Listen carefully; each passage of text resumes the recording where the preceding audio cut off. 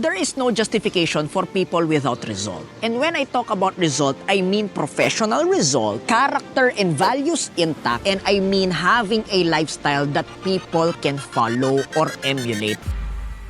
And lagi silang gagamit ng justification na maybe I'm in the wrong environment, that's why I'm not productive.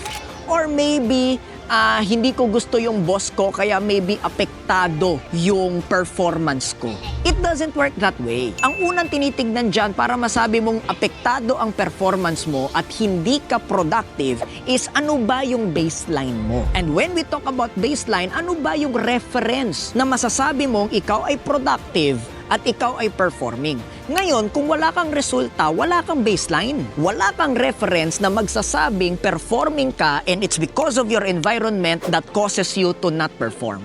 Be productive. Magpakita ka ng resulta at output, hindi lamang sa buhay mo, kung hindi sa mga tao sa paligid mo. Ngayon, kapag napatunayan mo na talaga namang meron kang napatunayan, meron kang na buong resulta at biglang nawala yun, then dun pa lang natin pwede tignan ano nga ba yung factors bakit nawala yung productivity at performance mo. Ang tawag dyan, internal motivation. Hindi dapat nanggagaling outside of you ang motivation and productivity. You gotta be motivated within yourself.